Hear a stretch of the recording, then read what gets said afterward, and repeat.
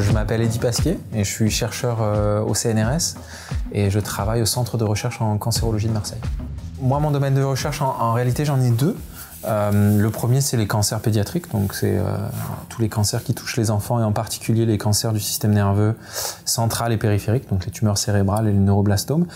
Et mon autre domaine de prédilection, c'est le repositionnement de médicaments, donc c'est-à-dire le fait d'utiliser des médicaments qui sont déjà existants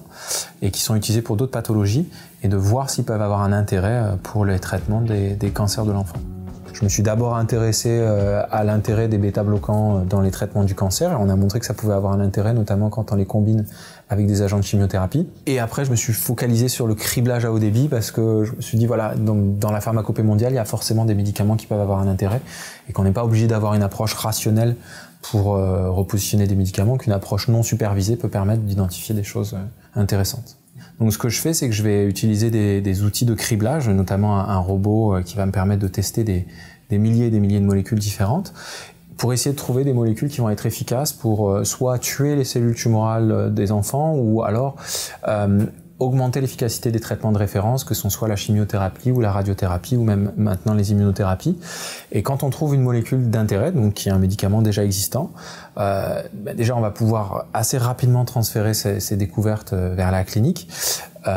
puisque c'est des médicaments qui existent déjà et donc on va pouvoir faire des essais cliniques très vite.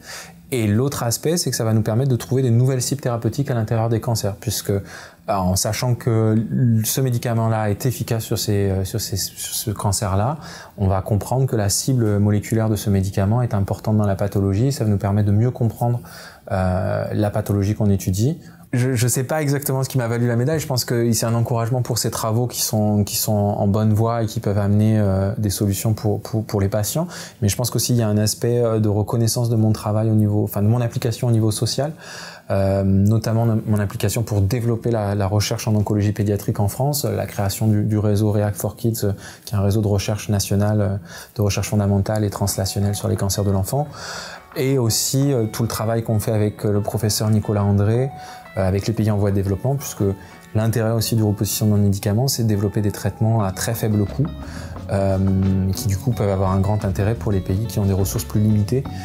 Je pense que quand on a un enfant qui est diagnostiqué avec un cancer, il se passe quelque chose là qui est, je pense, inimaginable pour quiconque. Il n'y a que quand on le vit qu'on peut savoir ce qu'on ressent vraiment. Ça remet un peu toutes les choses à plat et